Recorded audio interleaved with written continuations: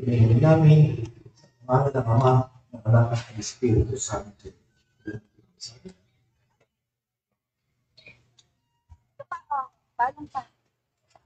Palungan niyo sila. Pwede po pahingin ng program. Okay, maraming salamat, Pastor Jess. Kita nyo, napakaganda nung binanggit ngayong umaga, yung unahin natin ng Panginoon sa ating buhay, sa ating araw-araw ng trabaho, at nakakasiguro tayo, batay na rin sa binanggit ni Pastor Jess, Bishop, talagang madadama natin yung presence ng Panginoon ng Diyos sa ating buhay. Okay, magandang umaga po ulit sa ating lahat. Ngayon ay halos ikalawang linggo, ikatlong linggo ng buwan ng dalawa. At pangunguna po ngayong umaga sa ating pagkakawa ay ang nagula po sa Lastag Bay District Hospital. Sa pangunguna po ng kanilang pinuno, si Dr. Peter Uy. Palagpakan niyo naman, wala si Dr. Peter Uy kasi saan ko siya, yung kanyang mother yata passed away. Yung ulo, pugo. Yung tatay nila. Paano ngayon? Kaya hindi natin sa maalasang. Pero just to say, wala pa siya. The show was noon. Naka-schedule ngayon. At meron namang video na Charlie. Ano po? Unahan, pagpapadali ng programa. Kahit kung tawagin si Dr. Francis. Wala na. Si Dala Tripod. Nasa gitna Tripod. Bye-bye.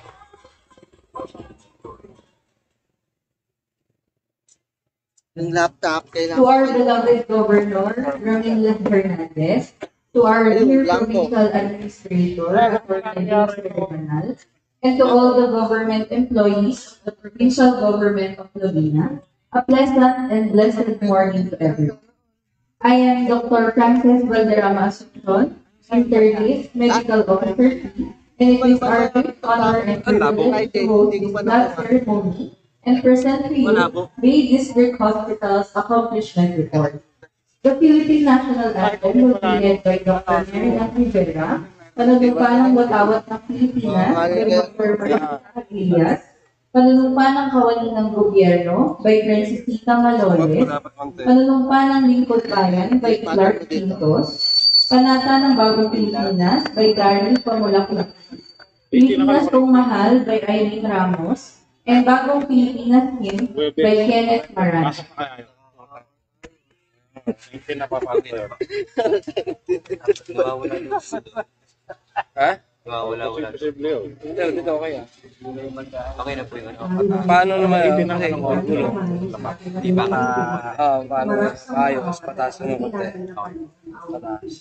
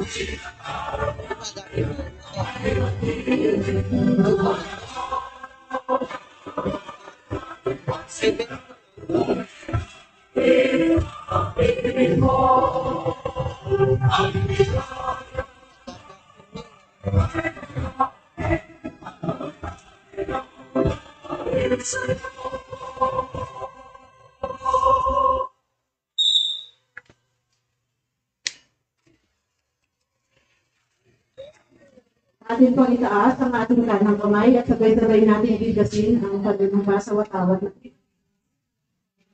Ako ay Pilipino, buong katapatan na lumumpa sa watawat ng Pilipinas, sa bansang kanyang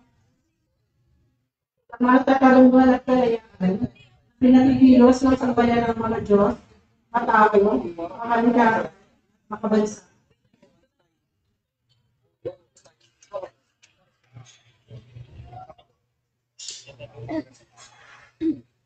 Muli po natin itaas ang ating kanang kamay para sa pagtipa ng kawani ng gobyerno. Ako'y kawani ng gobyerno patuloy ko ang maglingkod ng tapat at mahusay. Dahil dito, pagpapasok ng maaga at magtatrabaho na nagpasa ng oras ko pinakailangan. Magsisilbi ako ng pag-aalang at mabilis sa lahat ng aking pangangalagaan ko ang magaling, kasangkapan, at iba pang pagkain ng pamahalaan. Magiging pantay at makatarungan ang pakikitungo ko sa malapit sa aming tagapan. Magsasalita ako laban sa kaya at pagsasamantala. Hindi ko gagamitin ang aking panunungkulan sa sarili kong kapakanan. Hindi ako hihingi o tatanggap ng suhol. Sisikapin ko madagdagan ang aking talino at kakayahan upang ang antas ng paglilingkod sa bayan patuloy na magtaas. Sapagkat ako ito kaninang gobyerno at tungkulin ko ang maglingkod ng tapat at mahusay sa bayan ko at sa panahon ito, ako at ang aking mga kapwa-kawali ay kailangan tungo sa isang maunlad, masagana, mapayapang Pilipinas. Sa harap ninyo lahat, ako ito ang pusong nalulugpa.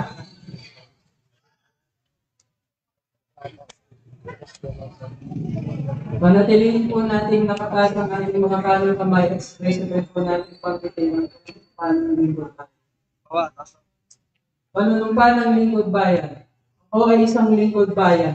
Pangangalagaan ko ang tiwalang ipinagkaloob ng mamamayan.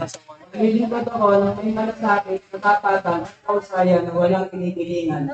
Magiging mabuting halimbawa ako at magbibigay ng pag-asa at inspirasyon sa aking kapwa lingkod bayan.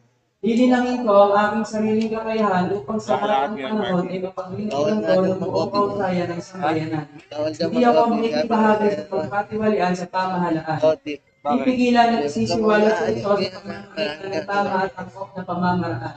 Isasakuhin ko ang isang lingkod bayang mga Diyos, makatao, makakalikasan at makabansa. Tutugon ako sa mga hamon ng makabagong panahon, tungos at hikarin ng matatag, maginhawa at kailangan ng buhay. Sa mga tungkulin at hangarin nito, taslihan nawa ako ng Lahat po muna ulit natin ang ating tanong at sabay-sabay natin bandingin ang panata sa bagong Pilipinas. Panata sa bagong Pilipinas. Bilang Pilipino, buong pagmamalaki kong isa sa buhay ang bagong Pilipinas. Buhay sa aking dugo ang langit dakila, magaling at may dangal. Palaging gagal sa puso, isip at diwa ang pagmamahal sa kultura sa bayan kong sinilangan. Kaisa ang bawat mamamayan, iaari ko ang aking talino at kasanayan sa pagpapaunlad ng aking bayan. Taglay ang galing na naaayon sa tanda-ibigang pamantayan. Magiging instrumento ako sa pagsulong ng kalinangan, karunungan at kapayapaan. Makikita at makikilihok ko sa adhikain ng pamahalaan dahil ang kaunlaran ay hindi lamang responsibilidad ng ilan. Isusulong at pangangalagaan ko ang karangalan, kalayaan at interes ng aking bayang minamahal. Bilang Pilipino na may pagmamahal, pakialam at pagmamalasakit, hindi makasarili kundi sa nakakarami, tatahakin ko ang landas tungo sa isang bagong Pilipinas. Ano pa? Ano may sabahan dyan? Sabay-sabay po natin awitin ang Pilipinas po naman. Ano ba? Hindi. Sino yung mga? Kahit naman effort na ito. Grabe.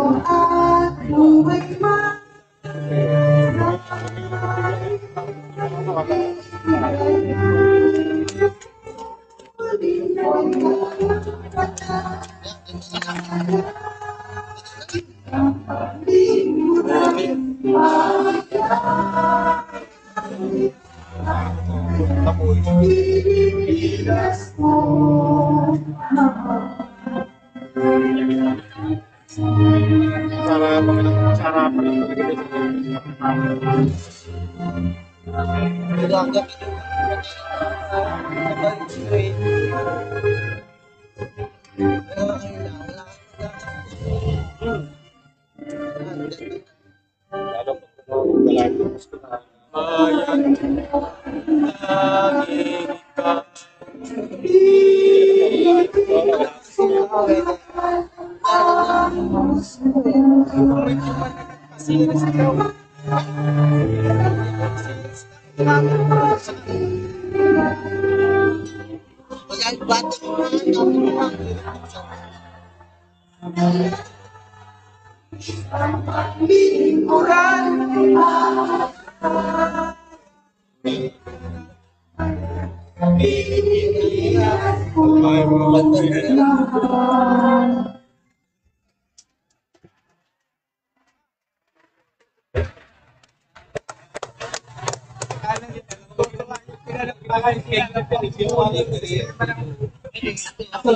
po natin ang bagong Pilipinas.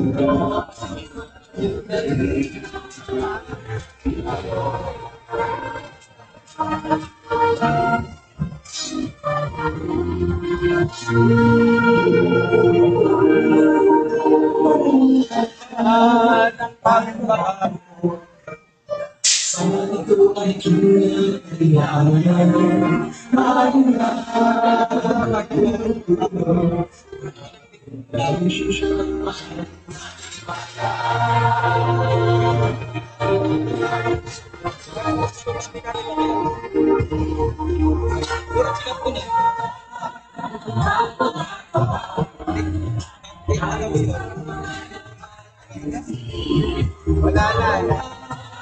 Sir, hindi inapot na ng isang katapak.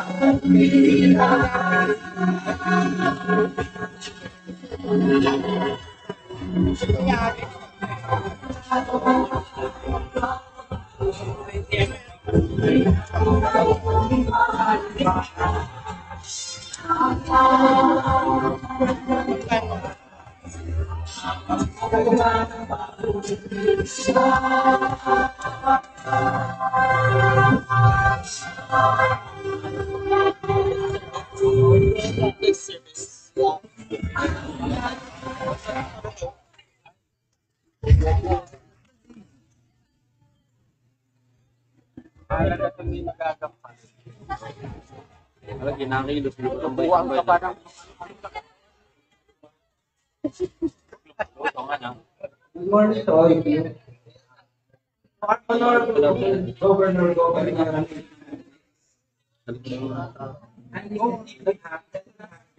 Ruth Fernandez. To our Vice Governor Attorney Karen Agabay, to our diligent and our team Administrator Attorney Lucy Regonas, to all department heads, unit heads, all chief of hospitals, and all the staff of the provincial government. A blessed good morning to all of you. I am Dr. Natalie Hussain, the Chief of Clinic at FPH District Hospital. Regrettably, our Chief, Dr. Peterson, is unable to personally attend the public hearing for today, particularly the passing of his mother. Additionally, the Stafford law expired approximately 2 months ago. Despite his profound personal challenges, Dr. Tui has demonstrated remarkable skill, continuing to perform his duties in the hospital with unwavering dedication and a smile.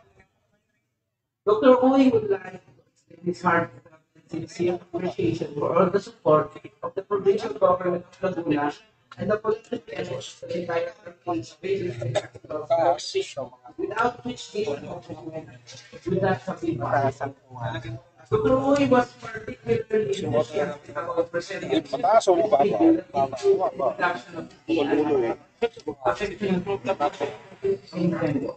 without further ado, here's the video presentation of our accomplishment.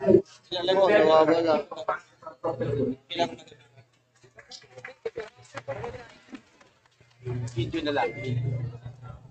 Ano ko rin dati? Sa system. Nakakontrol ko na dati kasi.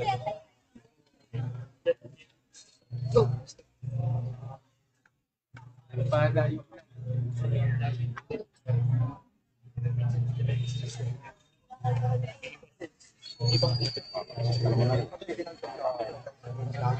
Thank you, Dr. Peterson. I will take it from here. First of all, everyone join us in humanity through a year of challenges and tests. Our limits triumph and elevate our spirits and the innovations that we shape our future, prepared to be inspired, moved, and captivated by the extraordinary merit of our collective effort. Welcome to the ethics of our hospitals here. LPH District Hospital is a level 1 hospital with 25 beds capacity, in addition to 6 bed capacity for isolation and food, dedicated to infectious diseases. The journey of LPH District Hospital began humbly with just 15 beds, each marking a milestone of growth and dedication as the hospital expanded its services and facilities, striving to meet the community's health needs. The hospital started with a 15-bed capacity, known as the Community Hospital, under the management of the University of the Philippines College of Medicine. Then, year 1975, Governor Felicito San Luis and Sangguniang Mandalorian had a proposal to join the lecture in local unit at the University of Then, year 1980, joint memorandum agreement was signed between PCCHP and the local government unit. It's not to be the community hospital, changed its name to PCCHP. Then by February 1989, University of the Philippines obtained its gold status operation. Then by the month of May of the same year, the local government unit fully acquired control of the hospital with a starting capital of 560,000 pesos and upgraded its bed capacity from 15 bed to 25 bed capacity. Then again changed its name into PPL Bay Hospital, or otherwise known as Pagamitan and based in Laguna Bay Hospital. Year 1990, Sangguniang Mandalorian giving body to creation of. Then by the year 2012, by the power of Provincial Board Resolution number 280 under Provincial Ordinance number 99 changes its name from PPL Bay into Laguna Provincial Hospital, Bay District. Then by the year 2020 to 2040, under the Philippine Health Facility Development Plan of the Department of Health and with the effort of Governor Ronald Hernandez and Gobernador Ruth Hernandez, another breakthrough will be readily in the province of Laguna, specifically in the Bay Laguna, which is the rise of tertiary hospital known to be Laguna Regional Hospital with starting bed capacity. Mission and vision. Our mission is to provide quality, effective, efficient and responsive patient-focused healthcare that is readily accessible, sustainable, and meets the needs of the communities we serve. Our vision is to see Bay District Hospital, Center for Quality Healthcare Services for the people of Laguna. Where are we? For topics we will focus on this report. These are about our health services, our manpower, our income, and our new infrastructure and newly acquired equipment for the year 2023 to year 2024. For our health services from January to May 2024, our bed occupancy rate is at 105.57%. PhilHealth point of services, 97 patients are enrolled. For the Blue Card, 180 patients were assisted. For our e-consulta services, since we started the year 2023, there are 22,244 patients were served. For our medical assistance for the indigent and financially incapacitated patients, 1,296 patients were assisted. For our other health services, admission rate were 1,183 patients admitted. Outpatient services, there are 6,180 patients consulted. Dental services catered 570 for patients. Our laboratory attended 4,460 to patients and 5,128 outpatients were served. And our pharmacy filled 11,096 prescriptions. From January to May 2024, our radiologic service has been a beacon of care and precision on ultrasound department, attended 548 patients, while our X-ray service catered to an impressive 1,206 individuals. In the same period, our mammography unit provided essential screenings to 128 patients. Together, we continue to deliver critical health services to our community. Now let us talk about the manpower composition of the hospital. For the year 2024, there are a total of 95 warm bodies, which is composed of 40 permanent positions, 7 casual positions, 12 contractual positions, and 30 for job order positions. With this, 15 employees were promoted and 20 newly hired staff. Now let us talk about the hospital income. There is a significant steady increase of hospital income since the year 2021, from 6,806,429 to 14,305,855.83 for the year 2023. As of today, the hospital income from January to May 2024 had already reached 6,962,255.1 pesos, which is significantly higher of about 40,019.86 cents compared to the last year income of the same month from January to May. The income breakdown is as follows. Patient shares 27.5%. PhilHealth covers 39.3%. Medical assistance for the indigent and financially incapacitated patients with 31.8%. Affiliation fees provide 0.8%, and Blue Cross contribute 0.6% of the total income. Each share plays a crucial role in sustaining our mission, ensuring every patient receives the care they deserve. Now let us talk about our newly constructed infrastructures and newly acquired equipments. Here are all the new equipments acquired by the hospital.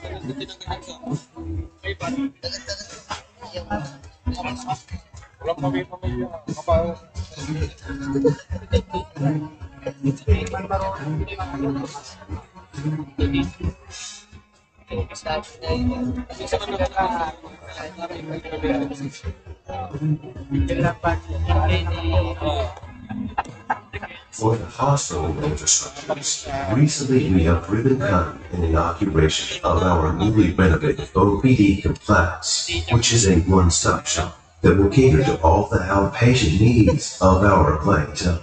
This attended by our very own Governor Raymond Hernandez, Gobernador Ruth Hernandez, and our provincial engineer Pablo Del Monte.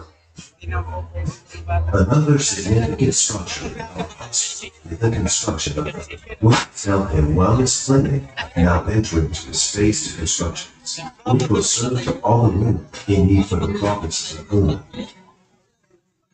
And the most significant of all the constructed facility in Laguna.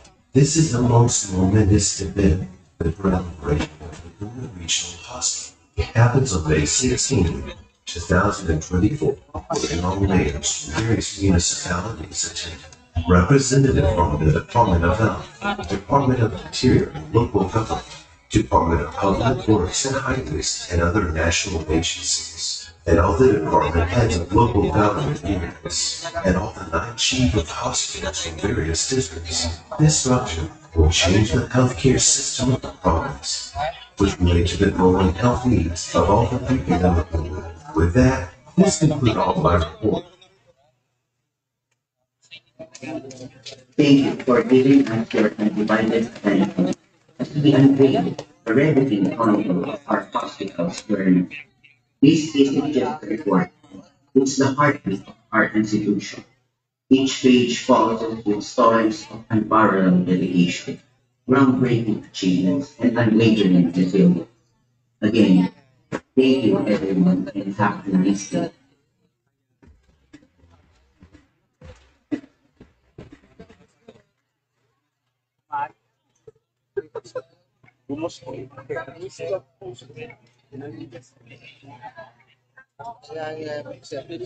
Yun.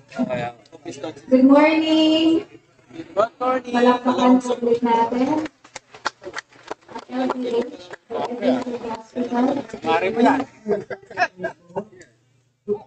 So to recognize po our department heads for today, headed by our provincial administrator, Attorney Luis Labanan. We also have Ma'am Karina Macalos, Ma'am Hazel Gahol, Ma'am Fatima Perez Senior, Prudential Labanan, Ma'am Rosario Cortez, Ma'am Joy William Ducato, Engineer Albert Galiano, Ma'am Joseph Militan, Ma'am Lea Espino, Sonorio Douglas, Ma'am Manette Bato, Dr. Nati Grace Rosalaki, Dr. Lorna Venezuela, Maria Lorena Graciason, Dr. Bethel Contadima, Dr. Herna B. Ponorosa, Dr. Lison Boleto, Dr. Edward Canahol, Dr. Marigina Coral, and Dr. Maria Perez-Pinapitan. And of course, I would like to present you also our new Public Affairs Office Head, Sir Edward Pinson.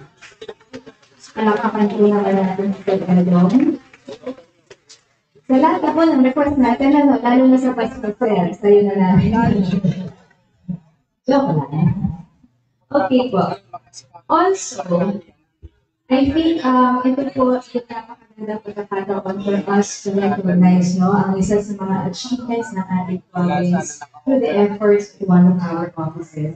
So just recently, if you have been following the page of our Governor Danilo Hernandez, he received an award. Our province was recognized during the 2024 Presidential Recognition for Outstanding Development Partners. That is the Presidential Award, personally awarded by President Bongbong Marcos. But we would also like to recognize the efforts of the people who made this possible. So may we call on the Local Economic Development and Investment Promotions Office of the Provincial Government of Laguna, headed by Ma'am Pinky Villaseñor.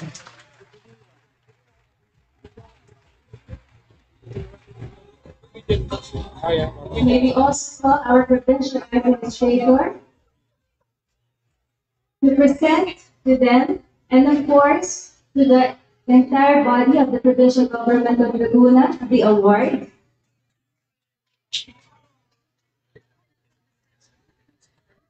Dito po tayo sa gitna, Ma'am Pinky. This is really an achievement, not only for our government, Danilo Hernandez, but the provincial government of Laguna.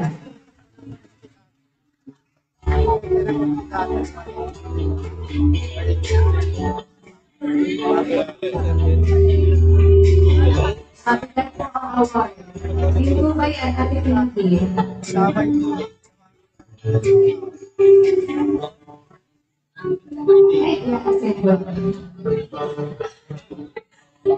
Kasi yung pagpapala, hindi ko yung report.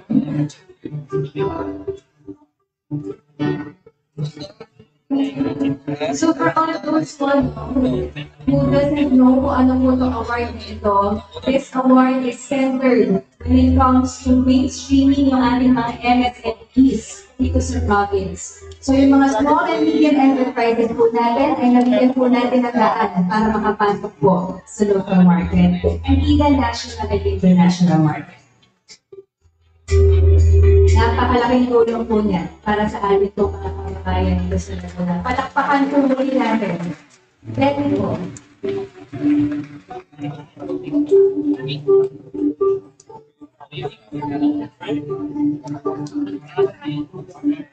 Maraming salamat po. We'll see you during the season. Thank you po. Okay. Now, to give the message of our Governor, Ramiro Fernandez, aking pong kilalanin ang ating Provincial Administrator, Attorney Dulce Evadia.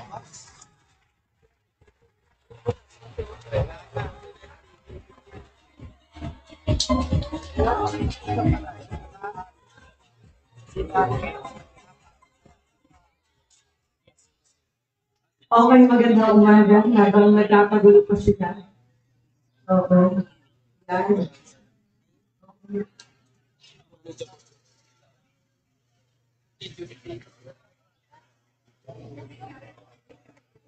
Alright, magandang umaga. Good morning.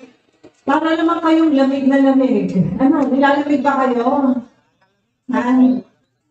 Excuse naman konti. But anyway, sa pangalan po ng ating Gobernador Ramiro Fernandez, of course, dahil sa ating kilalanin ating mga department heads, at sa mga department heads, isang palakpak naman. Nako. Okay, sa ating mga unit heads, of course, sa mga assistant department heads, at sa mga chief of hospitals, and of course, sa my fellow employees again, magandang umaga po sa inyong lahat. Okay. Tayo ay, we are being hosted, of course, by the Laguna Provincial District Hospital. Ang bae. Of course, sa pangunguna po ni Dr. Peter Sanduin.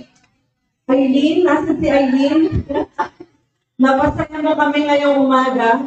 Uy, mahirap tumayo dito, tumanta. O, diba? O, parang tayo kaya kayo ng Pilipinas tumahan kung hindi kayo manginig. Diba, Aileen, ano? Pero talagang mahirap po na nandito kayo sa unahan at kumakanta, di ba? It really takes courage para pumunta sa unahan at kumanta, di ba? No, di ba, Ate Oli?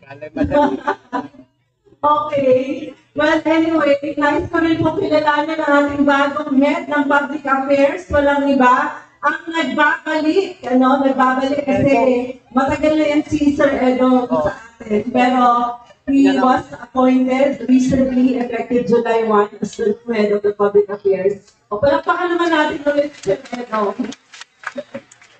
Ayan po.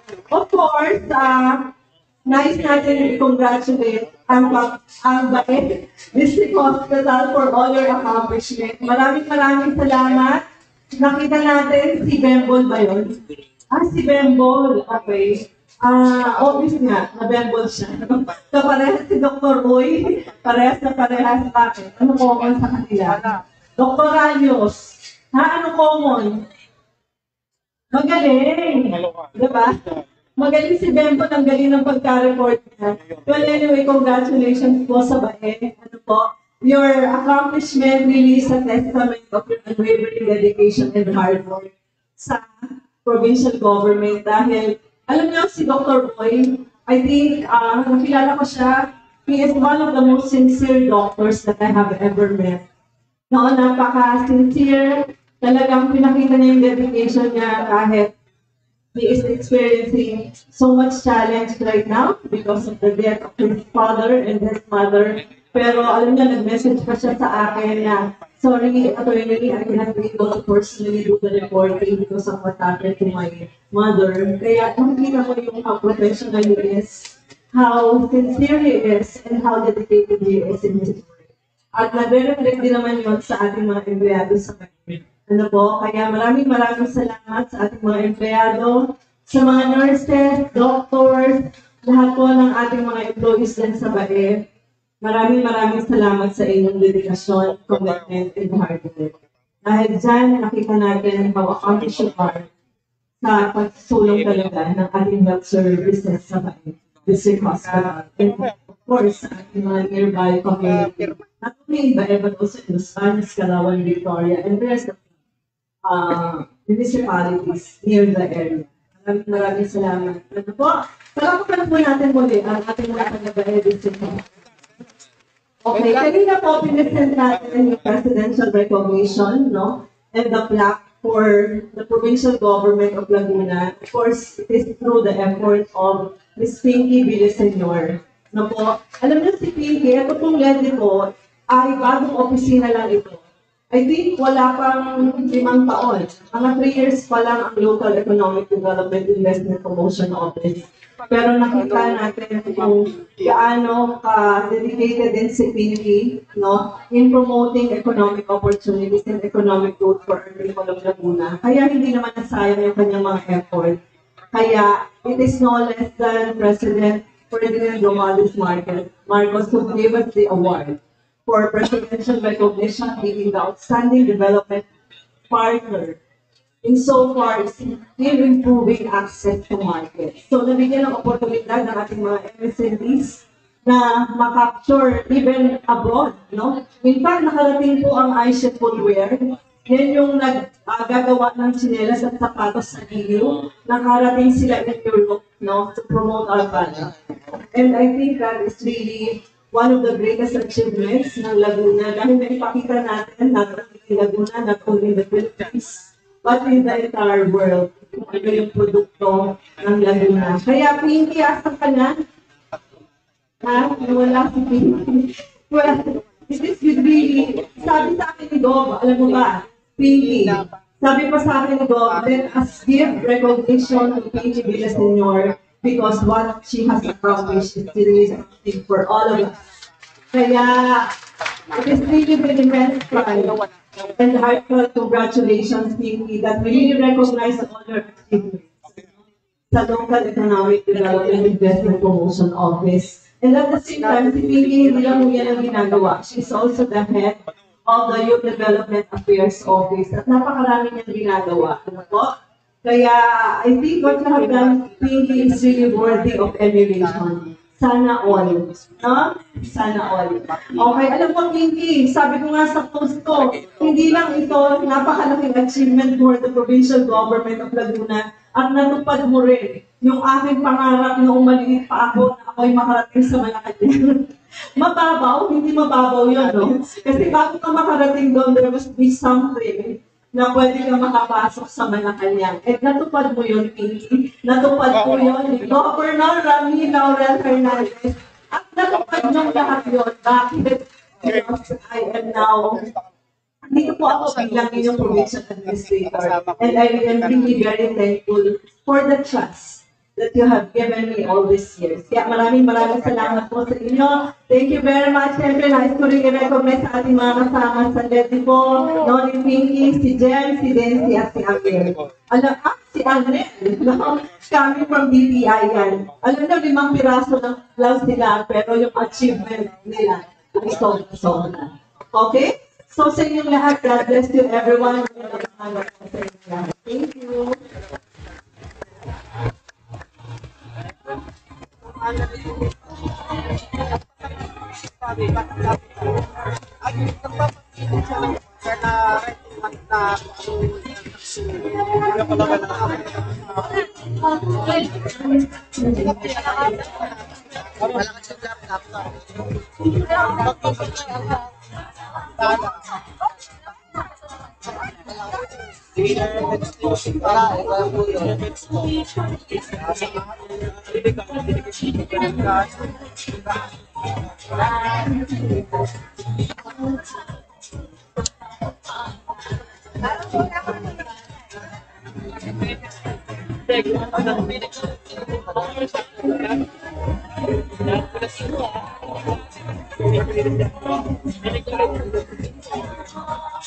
O, di ba? Ayos yung router natin, no?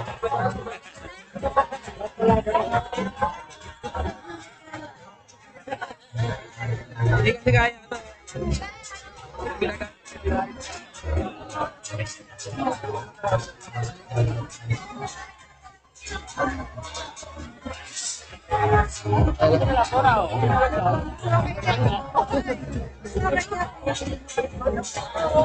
Paano? Hindi kayo nahihirapan. Pag manalo sa likod, wala. Ano eh. Wala pa mamaya. Lasa na sila dyan. Buti, maganda yung laptop niya. Hindi malaki. Eh, buti, alam eh. Walang putol eh, maganda. Di ba? Di pa.